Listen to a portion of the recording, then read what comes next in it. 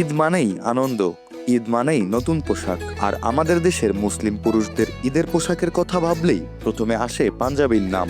সময় বদলেছে, ফ্যাশন বদলেছে, তবুও ঈদের দিন পোশাকে পাঞ্জাবির কদর একটুও কমেনি। কিন্তু প্রশ্ন হলো, ঈদে পাঞ্জাবিই কেন? ঐতিহ্য, ধর্মীয় সংস্কৃতি, নাকি শুধু ফ্যাশন?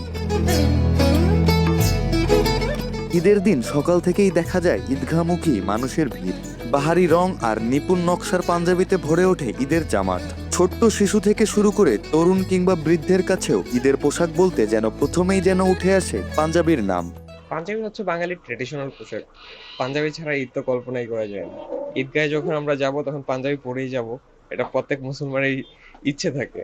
সেজন্যই পাঞ্জাবি পরেই ঈদগাহে যায়। পাঞ্জাবি ছাড়া ঈদের আমেজ আসে নাকি? আমি মনে করি যে বাঙালির ঐতিহ্যের সাথেই পাঞ্জাবিটা যায়, সেজন্যই বাঙালি ঈদগাহে পাঞ্জাবি পরেই যায়। এবং মুসলিমদের একটা ট্রেডিশন আছে যে পাঞ্জাবি পরেই ঈদগাহে যাওয়া যায়, এই জন্য আর কি। ইতিহাস ঘেঁটে দেখা যায় পাঞ্জাবির শিকড় কয়েক শতাব্দীর পুরনো। মধ্য ও দক্ষিণ এশিয়ার বিভিন্ন অঞ্চলে ঢিলেঢালা লম্বা জামা ধরনের পোশাকের প্রচলন ছিল বহু আগে থেকেই। পরবর্তীতে মুসলিম শাসনামলে এই পোশাকের ব্যবহার আরো বিস্তৃত হয়। বিশেষ করে দিল্লি সালতানাত ও মুঘল আমলে রাজদরবার থেকে সাধারণ মানুষের পোশাকেও এই ধরনের লম্বা জামার ব্যবহার জনপ্রিয় হয়ে ওঠে। ধীরে ধীরে এই পোশাক উপমহাদেশের বিভিন্ন অঞ্চলে ছড়িয়ে পড়ে। ভারতের পাঞ্জাব অঞ্চলে ব্যাপকভাবে ব্যবহৃত হয় এটি পাঞ্জাবি নামেই জনপ্রিয় হয়ে ওঠে। বাংলা সহ উপমহাদেশের মুসলিম সমাজে এটি হয়ে ওঠে একটি শালীন ও আরামদায়ক দৈনন্দিন পোশাক। ধর্মীয় উৎসবের সময় পরিষ্কার ও সুন্দর পোশাক পরার যে সংস্কৃতি ইসলাম উৎসাহিত করে, তার সঙ্গেও পাঞ্জাবি খুব সহজেই মানিয়ে নেয়। ঈদের দিন নামাজে যাওয়ার সময় তাই অনেকেই পাঞ্জাবিকেই প্রাধান্য দেন। পাঞ্জাবি তো আমাদের বাঙালিদের জন্য একটা ঐতিহ্য।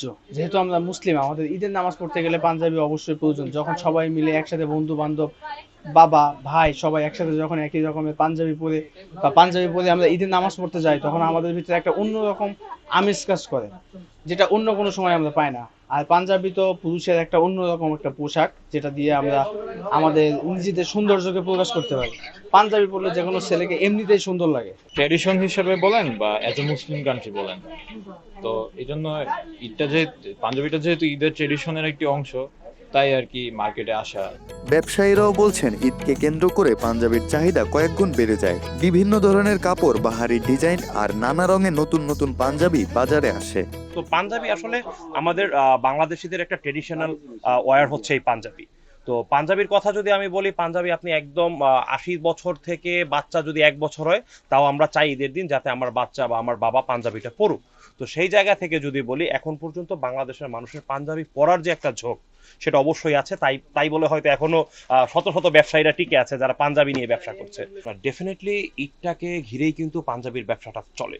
তো ডেফিনেটলি ঈদের জন্য আমাদের প্রত্যেকটা, শুধু আমি আমার কথা বলবো না, বাংলাদেশে প্রচুর পরিমাণে ব্যবসায়ী রয়েছে যারা সবাই ঈদের জন্য নতুন কিছু এক্সক্লুসিভ কিছু ওয়্যার করে থাকে, ডেফিনেটলি সেটা পাঞ্জাবির উপরে।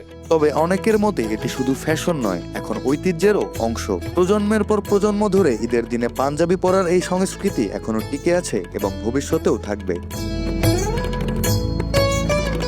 সময় বদলালেও ঈদের আনন্দে পাঞ্জাবির আবেদন কমেনি একটুও। ঐতিহ্য, ধর্মীয় আবহ আর ফ্যাশনের মিশেলে তাই ঈদের দিন পাঞ্জাবি এখন বেশিরভাগ মানুষের পছন্দের তালিকার শীর্ষে।